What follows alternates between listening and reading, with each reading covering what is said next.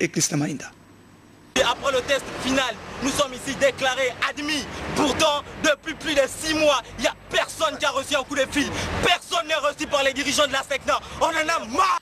Ce concours, qui avait pour but d'œuvrer au renforcement des capacités en matière de sécurité aérienne, eu égard à la coordination de la CAN 2012 par notre pays et la Guinée équatoriale, n'a pas connu un épilogue florissant.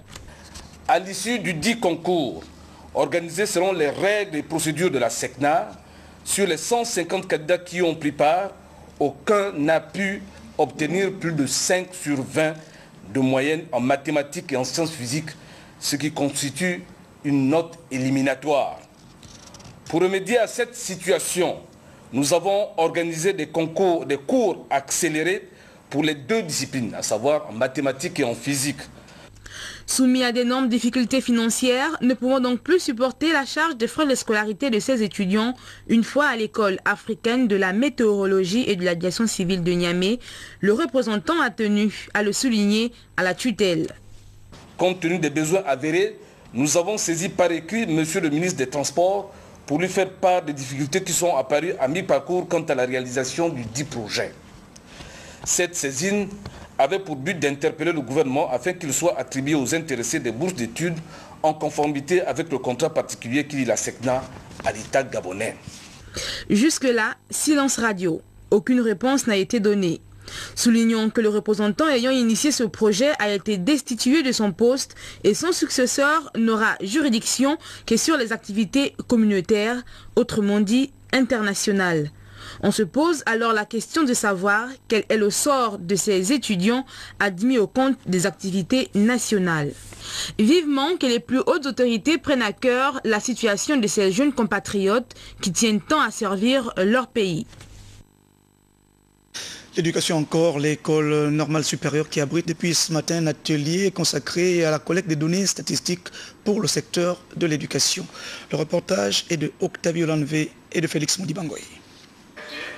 Cet atelier de collecte de données statistiques est une innovation intégrée dans la 2e édition du séminaire multidimensionnel.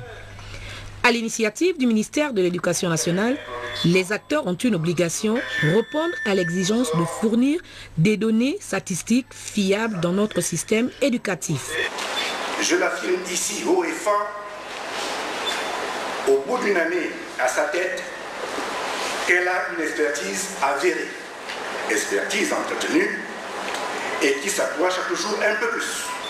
Grâce, faut-il le rappeler, à votre soutien constant, en nous autorisant notamment à participer aux activités liées au renforcement des capacités en matière statistique. Les participants, nombreux à cet exercice, mettront à profit ce temps pour améliorer leurs capacités et mieux cerner la question de collecte et d'analyse des données statistiques. De nos jours, tous les décideurs s'accordent à reconnaître que les statistiques prennent de plus en plus d'importance parmi les sciences sociales et sont devenues un outil incontournable d'aide à la décision. On comprend mieux aujourd'hui l'intérêt pour un système éducatif, et notamment le système éducatif gabonais, de disposer de données statistiques scolaires précises, complètes, détaillées et publiées en temps utile aux fins qu'elles soient pertinentes du point de vue de leur utilisation, parce que recouvrant une activité organisée sur une grande échelle.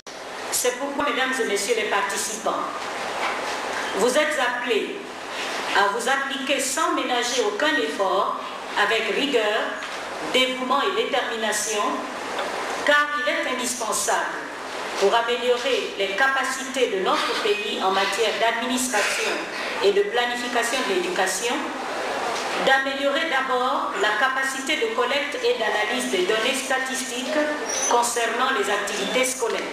À l'épreuve, les experts partagent leurs expériences par des travaux en atelier avant la fin des assises prévues dans 48 heures.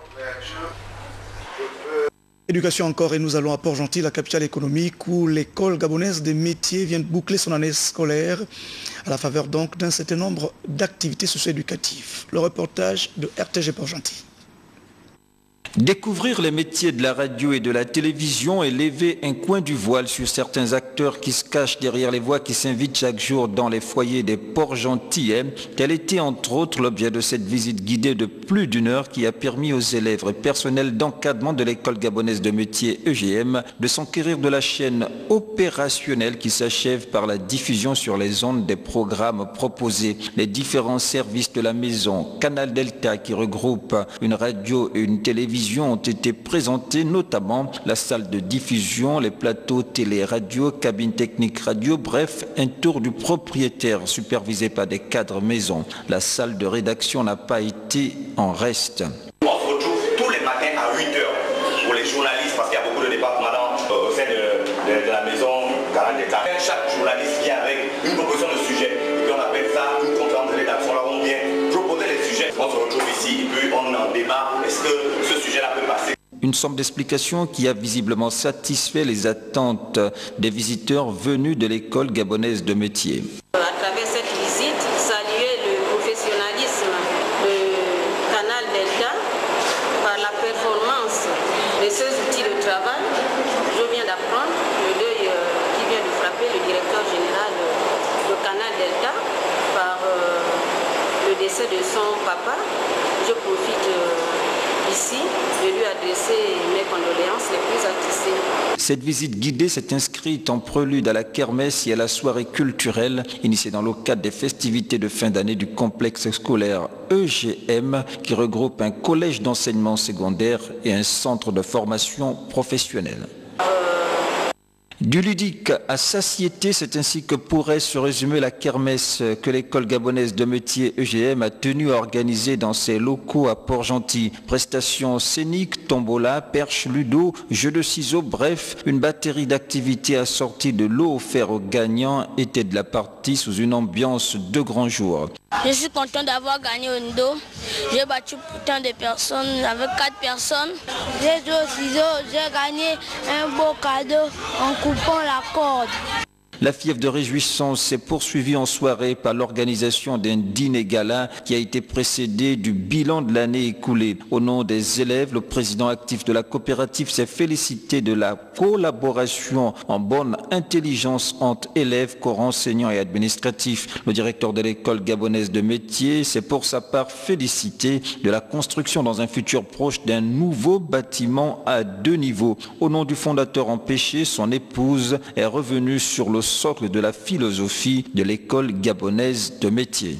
À l'EGM, les enfants sont en de bonnes mains et notre seule préoccupation reste leur avenir et partant l'avenir du Gabon, notre cher pays. Les personnels d'enseignement et d'encadrement ayant cumulé au moins 10 ans de présence au sein de ce complexe scolaire EGM se sont vus discerner des présents et des distinctions. Le prochain rendez-vous a été pris pour l'année 2011-2012. Dans votre agenda d'actualité de demain, nous partirons à Port-Gentil donc pour justement vous rapporter la célébration du 22e anniversaire de l'Union du peuple gabonais, placé, vous le savez, sous le signe de la révision de la position politique. Politique toujours, cette fois demain à Libreville, le conseil communal du RPG de Libreville tient son assemblée générale. Ce sera donc à partir de 8h au siège du parti à Petit Paris. Les travaux seront présidés par le leader du parti, Paul Mbabessol. Et puis nous allons maintenant parler un peu de politique, un peu de culture s'il vous plaît. La culture donc maintenant est cette volonté des jeunes réalisateurs gabonais d'en découdre avec le grand écran. L'un d'entre eux, Dominique Donatien, est même monté sur les planches avec dans les bras le film titré Fantomas. Reportage. Fin 2010 et 2011 connaissent une évolution dans le 7e art gabonais. Les cinéastes, nombreux à vouloir promouvoir et valoriser le patrimoine culturel, avec pour ambition de faire entendre leur voix au niveau national et international. C'est le cas de Dominique Donatien, un jeune réalisateur qui vient, une fois de plus, renforcer le marché cinématographique. Son œuvre, Fantomas, en avant-première. Ce film Fantomas, pour y revenir donc, il pose dans un premier temps la problématique de l'immigration clandestine. Vous avez des gens qui embarquent sur des pirogues de fortune et qui se déplacent jusqu'à des lieux dits Eldorado, comme le Gabon, et pour venir y chercher leur vie en quelque sorte. Mais ils sont sujets à certains problèmes.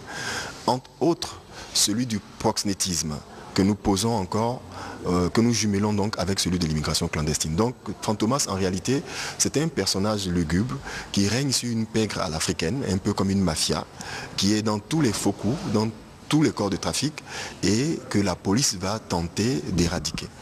Et cela ne va pas être facile.